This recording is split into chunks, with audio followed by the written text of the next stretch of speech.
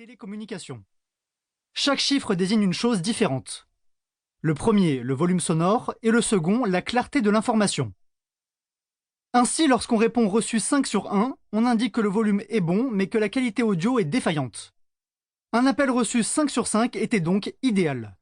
Bien reçu ? Question de Lucas R.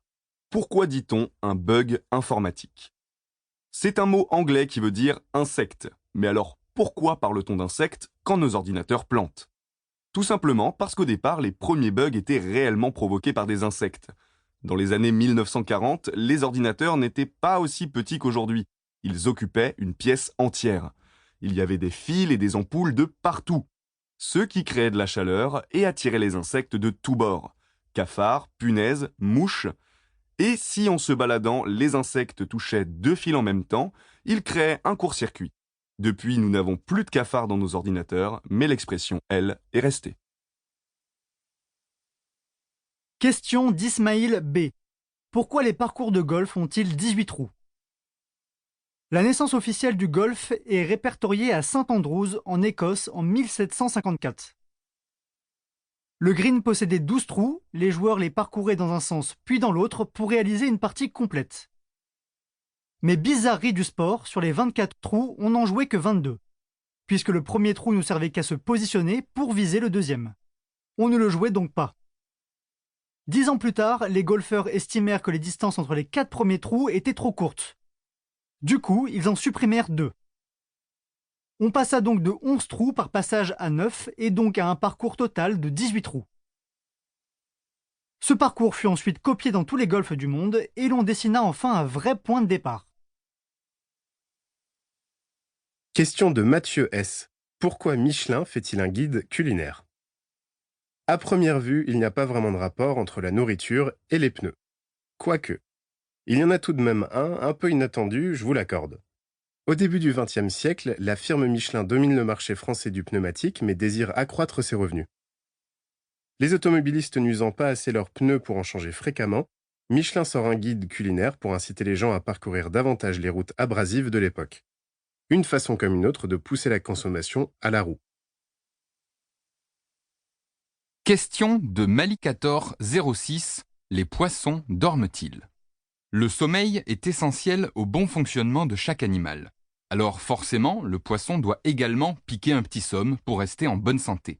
Mais son sommeil est différent du nôtre. Il ne ferme pas les yeux pour rêver toute la nuit. On qualifie plutôt sa période d'inactivité d'état voisin du sommeil. Cependant, les recherches effectuées sur l'organisme du poisson lors de ses phases de repos montrent qu'il n'y a pas grande différence entre phase de repos et phase d'activité, même s'ils sont moins sensibles aux stimulations lorsqu'ils dorment. Nul besoin pour eux de trouver un lit douillet ou une auberge espagnole subaquatique pour y passer la nuit. Ils s'immobilisent entre 2 eaux ou sur le sable, que ce soit la nuit ou le jour en fonction de l'espèce. N'ayant pas de paupières, ils ne ferment pas les yeux mais mettent simplement leur organisme au ralenti. Et les plus coquets d'entre eux s'enorgueillissent même d'un ersatz de pyjama en changeant de couleur ou en sécrétant une enveloppe de mucus.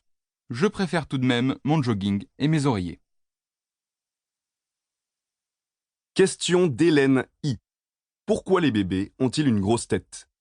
On ne va pas se mentir, un bébé, aussi beau que l'on puisse le trouver, malgré les beaux yeux de papa et le nez fin de maman, a une tête énorme par rapport à son corps. Les mensurations moyennes à la naissance sont de 50 cm de longueur pour son corps et 35 cm de tour de tête.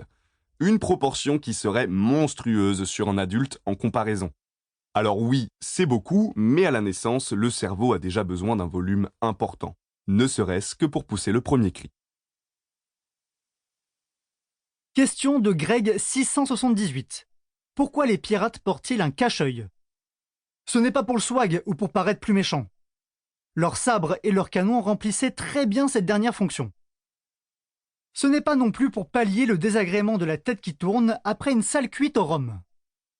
Non, en fait ce bandeau permettait à l'un de leurs yeux de s'habituer à l'obscurité pour mieux parer aux attaques dans les cales sombres des bateaux. Ils étaient ainsi beaucoup plus réactifs. En passant de la lumière à l'obscurité, ils n'avaient qu'à changer de côté leur cache-œil pour s'adapter plus vite au changement de luminosité. Et comme les Pour continuer à écouter ce livre audio gratuitement, cliquez sur le lien dans la description et vous pourrez l'écouter en entier sans frais grâce à l'essai de 30 jours d'Audible.